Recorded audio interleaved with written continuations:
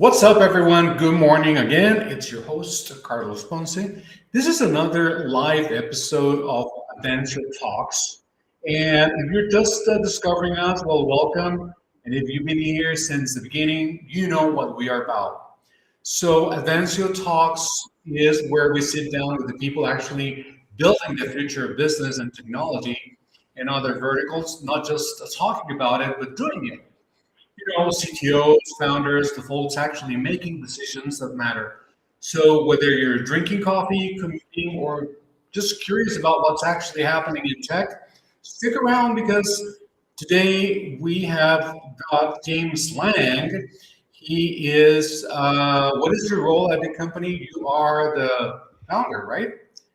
Yeah, so I'm a co-founder, the Co-founder? managing partner over at Overlang. Yes, sir.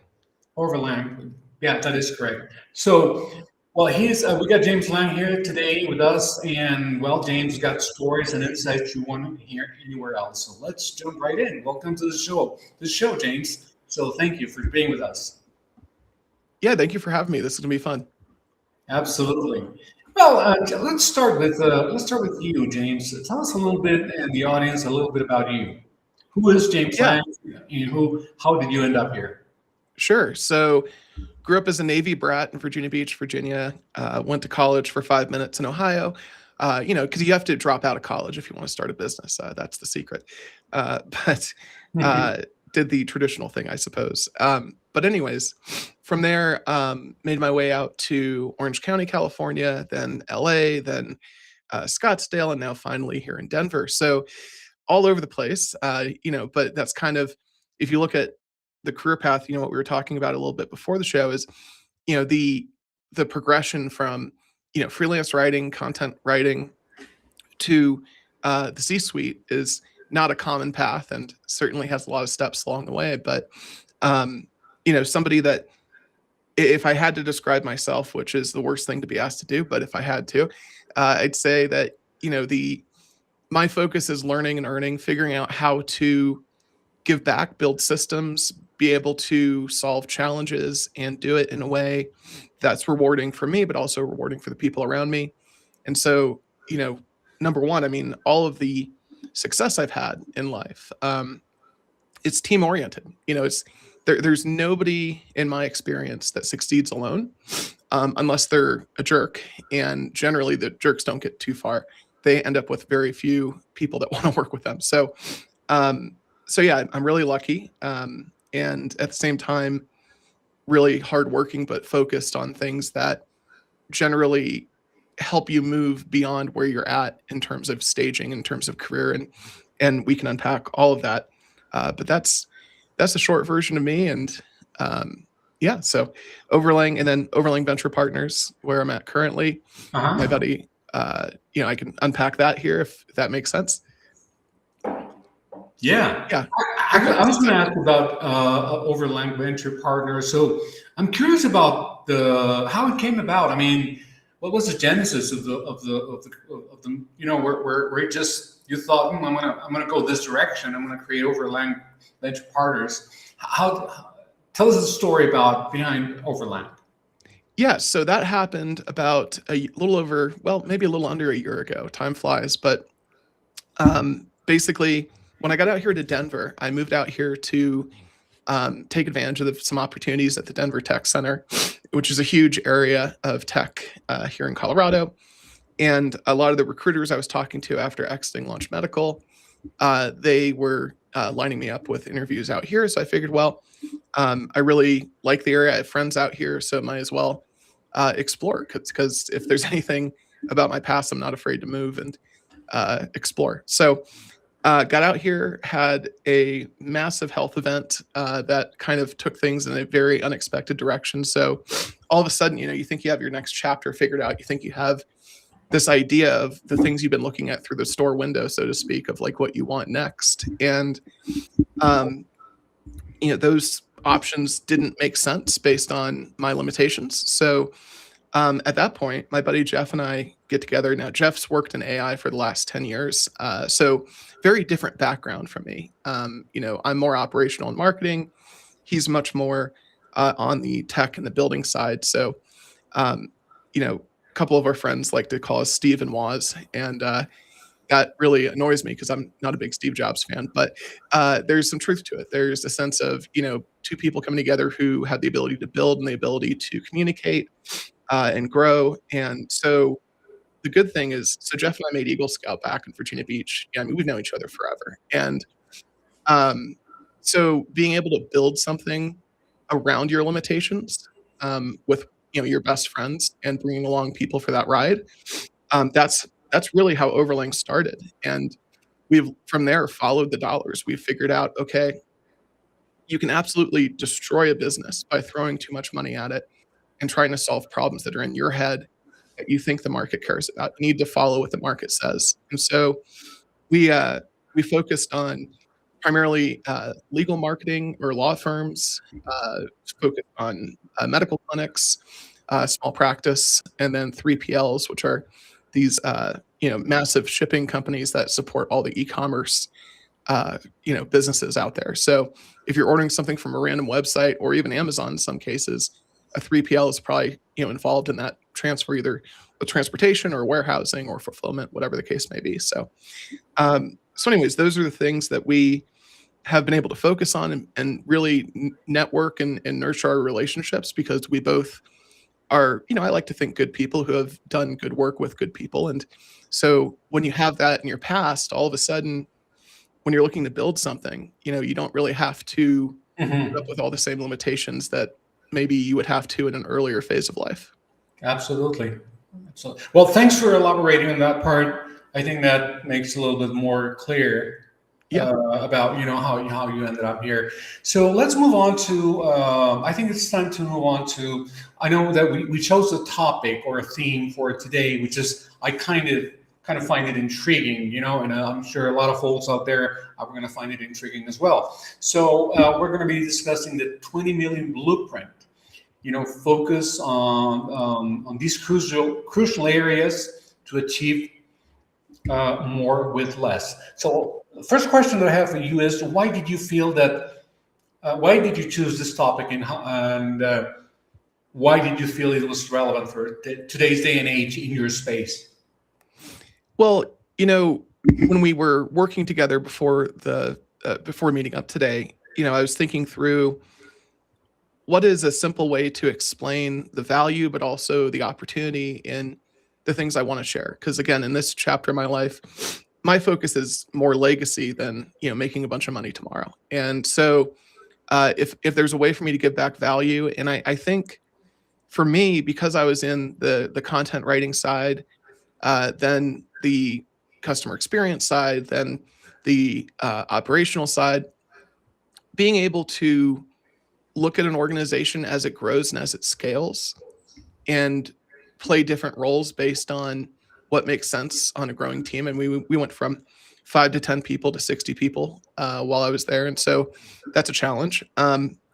Speaking, of course, of Launch Medical, and that passed. But yeah, so when I look at how do you describe value, dollars seem obvious, but also, okay, great, you achieved the dollars, but can you do it with less? And I think most of us are dealing with less than we want in whatever chapter we're in. We always want more. We want more.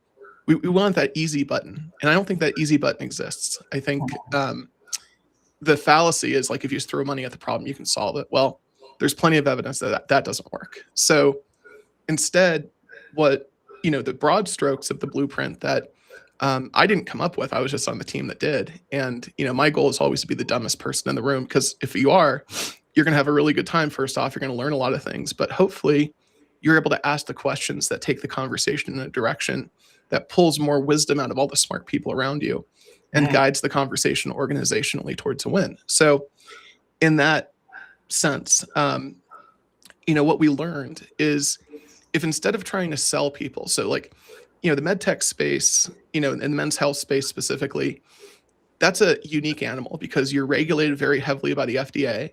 So you can't just go out there and make bold claims. And at the same time, you have to show medical efficacy, but also protect your IP. And so there's a lot of things you can say, there's a lot of things you can't say, and there's a lot of nuance. But what I learned more than anything through that journey And we tried a lot of things that didn't work. But the thing that did work was we were able to start nurturing leads into our funnel, which is pretty basic. All you're doing is matching a landing page with ad copy that works and gets your desired audience to click. And then hopefully you have a really good landing page that perfectly matches the intent of the people clicking that ad. But from there, having them take a quiz so that you can learn a little bit about them, but also they learn more about your product in an interactive way. Mm-hmm. And then once they're in, at that point, they have to give their email to get the results of the quiz. So on the plus side, if you email them the results, now you've just got an open rate on their inbox. So you're more likely to have Gmail and Yahoo and all the big email companies forward your emails to the inbox rather than the spam box. So that was one thing we kind of tweaked and figured out. But the other thing is once we have their email, once we've given them the results, only maybe 3 to 6 or 8% really convert within 1 year from being a lead to a customer. So you have to keep that math in mind. But what you can do is you can educate and nurture. And what you have to resist is the urge. There's sometimes an urge to slap the funnel. And what that means is you're urged to just generate a ton of revenue really quickly by just giving some insane offer that's going to get all these people sitting on the fence to buy. Mm-hmm. And the problem with that is you destroy marginal value. I mean, you end up reducing your profitability on all your sales. But on top of that, you also end up having people purchase the product that might not have been the right fit for the product, but they're responding to the offer, not the actual solution.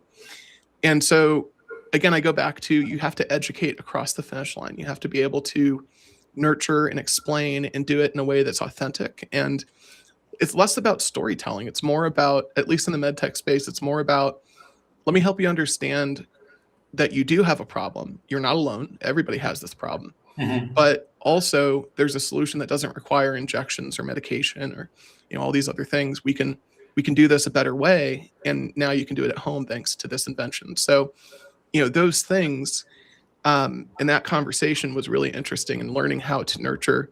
And again, I go back to the various hats I wore. Those gave me the ability to have a perspective from different places in the organization. And so when decisions were made, it was not just, okay, I think that's a good idea, I read in a book somewhere. It was, okay, I know the team that's going to execute this. I know them well, and I know where their strengths and weaknesses are. So if we're going to do these things, how do we set them up for success? Mm-hmm. And that kind of knowledge is really hard to get because it takes time. But if you have it, it's one of the superpowers to unlock your organizational capabilities. Absolutely. Well, it's superpowers, which leads me to the next question that I have for you. Speaking of superpowers, and it also ties into today's topic, is you generated 20 million in D2C e-commerce sales, right? So what was the single biggest lever that moved the needle the most? What would you say? Yeah, well, it was the educational funnel I was kind of explaining a moment ago. The ability to go after leads, not sales, on the top of the funnel was a big mover. We also had a lot of effort, and again, I say we because it was very much a team effort. Mm-hmm. And I have to give credit, Dan Steiner, who's our chief marketing officer, absolutely brilliant individual. And then also the other folks, Rick Claspy, who's the engineer who kind of fixed things when they fell apart on the tech side and the product side, which thankfully didn't happen too often. But these are kind of people that when they're talking, you listen, because they're people who can explain something that you have very little experience over, but you've got to be able to pull all that together. And so again, I go back to that educational funnel was a big one. We also had a huge effort to reach out to influencers. Some of those in like the adult entertainment space, because they were already using our product. And so being able to translate that, but doing it in a classy way. Because again, we're trying to communicate white glove, this is just like a doctor's office kind of feeling. We're not trying to communicate the less savory side of the world. That wasn't really our brand, but it was something that we navigated and learned how to leverage without harming the brand. And so in those moments where you're meeting with people, building relationships, following the audience, figuring out who has that level of influence and who has the ability to reach people, and figure out a way to reward them very heavily, through rev share and other things. Um, but yeah, between the educational funnel and the referral outreach or the influencer outreach, those were the things that really moved the needle for us. And Mhm. more than anything, it was on Facebook. That was probably our most profitable, actually, certainly our most profitable channel. I can see that. Yeah, absolutely. Okay, so let's see. Let's talk a little bit about the. You mentioned the funnels, so let's talk a little bit about the AI, the funnels, and the strategy. So, Can you walk us through what an AI enhanced funnel actually looks like in practice? I mean, what is happening at each stage that a traditional funnel isn't doing? Yeah. So, well, first off, it's a nightmare because, even a year ago, AI was pretty close to being really helpful in a lot of ways. But the challenge has been and always will be, how can you set it up so that you can afford to use it? You can afford to scale. And so when Jeff and I were sitting down, just, coming up with ideas and throwing ideas at the wall of like, how do we take technology, operational excellence, marketing solutions, all these things, how do we bring this and distill it down to where the average SME can really benefit and level the playing field so that the guys that are kind of in the middle of the pack have the ability to compete with the big guys and at the same time not get wiped out by a more innovative little guy. Right. So how do we do that? And so we started with, well, let's just build a funnel. I mean, I know the men's health space, so we'll do something called Male Cheat Code. That was our initial prototype. And so we built the site. We built this really cool AI solution where what it looks like is you still hit the same landing page, but the landing page morphs based on what you clicked on. So traditionally, you could do that through A/B testing. You could do that through having different versions of the landing page based on what people were clicking on, but that was very static. And there was some smart in it. You could get it to serve up things based on data, but when you allow AI to play more of a role, AI is going to know and hopefully connect into some data sources. Mhm. And all these companies right now, data is the new product they're selling. I mean, you can go to Home Depot and buy a lawnmower.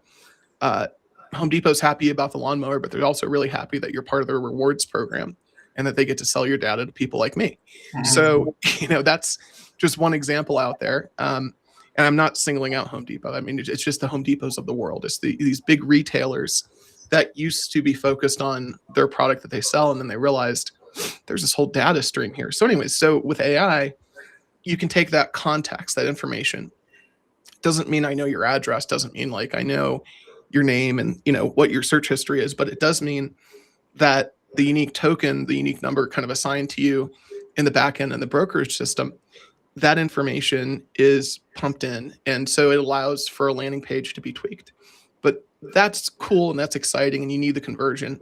But what's Mhm. really important that AI does way better than any, click funnel quiz can do is it can have a conversation with you that navigates based on what you talk about versus a set of questions. So instead of like 5 or 6 questions that are static, you can have dynamic conversation. So all that was really cool and seemed like a really cool idea in our head. So we built this, and uh, as we tested it, we realized that just to use that technology and do that, just the test data we put through is almost $800 in compute to be able to leverage all the really cool things we came up with. So Mhm. that means that it doesn't work because you can't afford to scale at Right. that point. Right. Um, so we went dark for about 6 months almost and kind of focused on that problem because we said, if we're going to solve the challenges that businesses are experiencing, this is one we're experiencing. We can't solve it with off the shelf solutions. So while we talk a lot about AI and it's well earned, I mean, we've done a lot of innovation in, the private AI infrastructure space for our companies and the groups that we partner with. Um, we also have that background from a financial standpoint, HR, operational, and what that allows us to do is sit down and do a 360-degree view of the business and understand how to build a solution that you can afford to use, number one. But number two, it actually fits your culture, your organization. It's not something that you're having to adapt your business to. It adapts to you instead. And that has been a big difference in terms of getting ROI faster Mhm. and being able to really move the needle in ways that actually matter versus just look good in a pitch. Yeah, absolutely. A few minutes ago, you mentioned data. So most brands, this is what I know, most brands collect consumer data, but they don't know what to do with it most. So where does the biggest breakdown usually happen? Well, the smart ones know what to do with it. They're selling it. So they're going to brokerages, they're going to or data brokers, and they're uploading all their information, and they're doing it in a way that's respectful of privacy. Because people, it's natural you get weirded out when you hear like somebody's selling my information. What that means is they're selling a unique identifier that comes back to like a cookie or a pixel or something that was, on your device that you opted into. And it doesn't tell me who you are. It doesn't tell me where you live, but it tells me based on the user activity, this is the kind of messaging, this is the kind of information. You can kind of play detective with that information and say, okay, this is how I might be able to craft a better message. So again, smart guys are selling it and doing it ethically. They're getting opt-in consent, all that stuff. The other side, I think internally is you have data silos, and that's an area where we've used AI to fix. The conversation so often comes back to AI because it's the hot thing right now, but it's such a game changer and it's hard not to talk about. And so when you look at all the data silos that companies have, so you have information in your ordering system, whether it's like Mhm. BigCommerce or Shopify, you have information in your warehousing system, your fulfillment partner, your 3PL partner, they have information and data. You have information in your drive, your cloud, all these places, between the hard drives, the clouds, the software, all these places that information exists. Until just now, we never had the opportunity to go in and actually grab that information from all of those sources and Mhm. use it contextually. But it's very dangerous, in my opinion, to do that with a public system. So that's again where private AI infrastructure is much more interesting to me and much more valuable, because instead of just sending off all the things to ChatGPT or Gemini and saying, hey, process all this, well, they pinky swear and promise they won't keep a copy on their servers, but they do, and not maliciously. They're not keeping a copy necessarily of the entire data set you sent, but they're keeping part of it in their cache to reduce their costs. So by default, all these guys are copying some of your data. You just have to hope pinky promise they're not going in there and looking at it. And so I'm not a big fan of relying on those systems to dive into all of my different data sets. Instead, I like to use a private system, something built on AWS, for example, Mhm. that you have control over, you own it, and you're able to then securely connect it to all those data sources. And that's what the big players are doing right now, or at least the ones that are going to become bigger players in the future. They're figuring out how to connect all the data sources, be able to query it from different places in the organization. So, an executive is going to have different access and different needs than a back office or a frontline employee. And then obviously a customer is going to have very different needs for self-service than those other groups. So you have to be able to not only connect the things, but you have to be able to create the portal that allows these different groups to organize and ask questions and query it to make them more valuable. So that's the goal: is how do we 10x the value of every employee in an organization. And so Mhm. for us, if we can go in and we can throw some money at the problem, but we can also throw some talent and some execution expertise that allows us to really help our partners grow. Great, absolutely. Now, let's move on a little bit over to specifically about Overland Venture Sure. Partners. So, first question that I need to ask you is why venture capital? I mean, what made what made that the right next chapter after an operator career in D2C? Yeah, so I'll push back a little bit and say, venture partner. And we are very precise when we chose that term, because to us it means something more than just money. It means executional expertise. It means the ability to be that business owner's best friend very long term. And that's the focus, because what we're building is our goal is not to exit in a year or 2 years and hockey stick each organization we're a part Mhm. of. Our goal is to build long-term value, and you have to invest in moats to do that. If you're, and that takes time. You've got to make sure you have the IP in line. You have to make sure you have the digital assets in line. You have to make sure that you have the right talent in house, and so those things, those all require investments of time and capital. So if you're going to do those things, why not work with a partner that's going to give you the space as a founder to Mhm. do those things the right way without the pressure of we have to hit these numbers this quarter? So that's one piece, and that's why I use the term venture partner. The other piece is, again, my focus right now is on legacy, and there are days where I'm not healthy enough to work, and there's days where I'm Superman and I get a lot done. So the focus for me and the venture partnership is also the idea that the people I bring along on the journey, the people that are worthwhile, that are good people that I've known for over a decade, worked with, trust their expertise, but also who they are as a person. Those Mhm. are the people that I want to be part of this. And so slowly but surely, we're pulling all these really great people into Overlang, primarily based on what our partners need, but also as we grow and as we figure out new opportunities to chase and build. But again, venture partner, it's a more well-rounded term for me. It's something that refers more to not only do we have money, not only can we look at a system and say, okay, is there value here? We have people that are much better at that than I am, thankfully. But then we also have, the ability to not just throw money at the problem, but come in and say, look, we get it. We've been there in the trenches. Let's figure out how to build long-term value and do it in a way that does not take away the long-term investment, because that's our goals. We want to be partners for the long haul.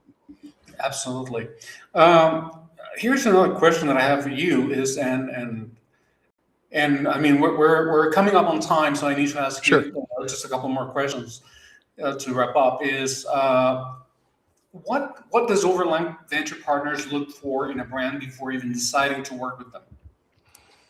Yeah, well, it starts with the founder, or the team behind it, because there's plenty of good ideas out there. There aren't a lot of good executors and people who are passionate enough to put up with the bullshit of, all the things that are going to pop up on the roller coaster of building a company. So, what we're looking for is people that have a pretty good track record of being decent human beings who do their best, and they try not to get too far out over their skis, but at the same time, um, they're trusted operators in their space. And Mhm. so that's kind of where we start.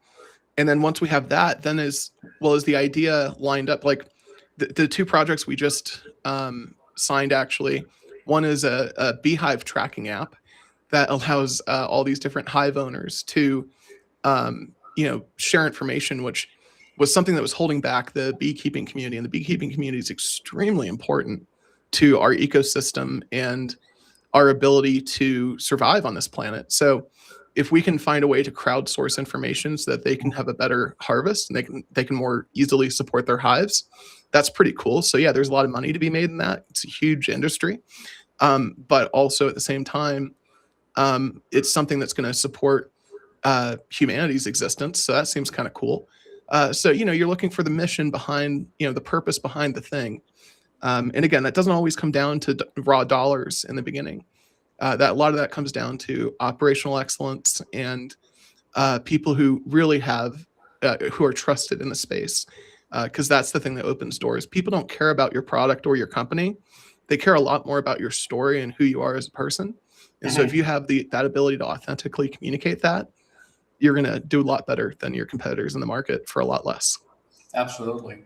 So, well, to wrap up today's episode, let me ask you this: if a founder is listening to this right now with a great product but no real funnel strategy, what is the one thing that you tell them to do this week? I'd say start spending money and gathering data, and you don't have to spend a lot. Spend a little bit, test your theories, test your approach, but before you start throwing money, spend a couple days, maybe a week, working on what do I need to know most about my client or my customer? And what does my customer need to know most about me? And how do I communicate that in a funnel that doesn't feel like a salesy funnel? It feels like I'm educating you across the finish line. And if you can do that, and then if you can find the right sources of leads, you can start spending very small amounts of money just testing and seeing what works. And Mhm. from there, double down on what works. And once you have somebody's email, you can communicate with them as much as you need to, as long as you respect that relationship and don't fill their inbox with crap. Right. You know, there's really good opportunities there for growth. Absolutely. Well, James, unfortunately, we need to wrap up today's show, and it's been a great pleasure to have you on the show today. Before we go, for those of you who are watching or will be watching in the future the recorded versions, how can people contact you? I am assuming that you have an email, a LinkedIn profile, right? I have something here. Is this, would it be James at jamesoverlang.com, right? Yeah, James at overlang.com, or you can find me on LinkedIn. Pretty accessible. I try to respond to every message I get. It might take me a while sometimes, but I always get around to them. And some of the best conversations I've had, both for me selfishly, but also for other people, I hope, have come from just these random reach outs of like, I have this challenge. I'm trying to figure this out. Can you help me? And that's kind of led to some really cool insights and things that really help you fast forward to success. Absolutely. And folks, right there, as you can see down below, we're showing Paul's LinkedIn profile. You might want to make a note of it. And it's usually displaying those weird numbers that LinkedIn does. That I don't know why that happens, but it always adds some weird numbers in there. But you go to James Lang, and I'm sure you're going to find him as well.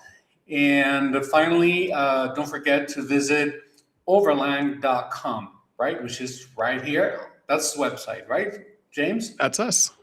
Perfect. So, for folks, if you're watching, remember you can go to the website, you can find him on LinkedIn, or send him an email at james@overlang.com. That being said, James, the only thing left for me to do is thank you big time for having been with us on the show today, and stay with me as we go off the air. And for those of you who are watching, just remember that every Wednesday at 11 o'clock Mountain Standard Time, we have conversations with those who are actually making a difference in the world of business, technology, in different verticals, different spaces. And as of recently, especially on venture capital world. So every Wednesday, 11 o'clock Mountain Standard Time, join us live, and I will see you next time. Thank you, James. Thank you, everyone. See you next week.